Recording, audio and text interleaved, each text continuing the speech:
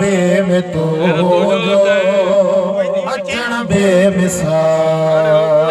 साईं ॿुधाईंदो हलां ॿिनि माण्हुनि जी गुफ़्तगू आहे हिन क़सीदे में हिकिड़ो मौलाई आहे ॿियो डोलाई आहे डोलाई सम्झंदा आहियो मौलाई 5 ॿारनि जी सना थो करे डोलाई जेको आहे सो उहो हुननि जी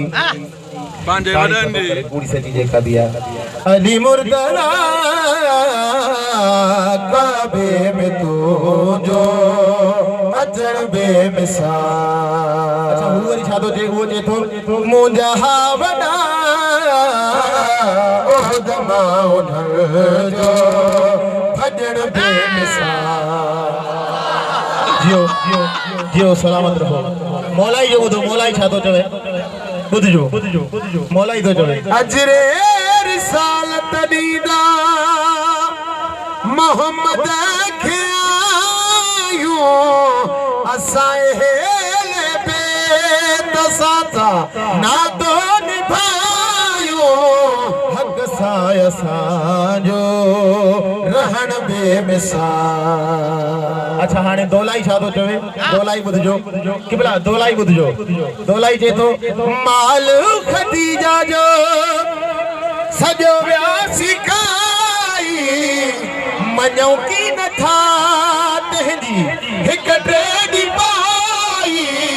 हक़ खाए असांजो फिरण बेमिसाल हाँ जियो जियो ॿुधजो हाणे मौलाई छा थो चवे मौलाई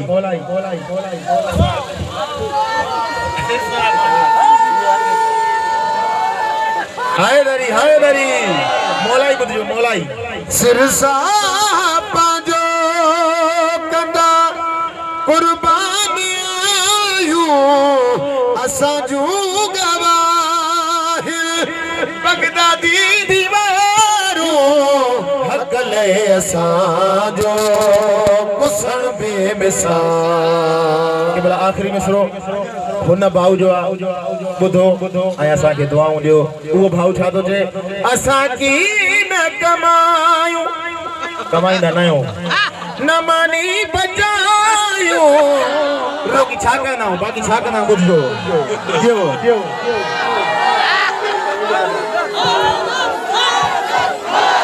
अलीमो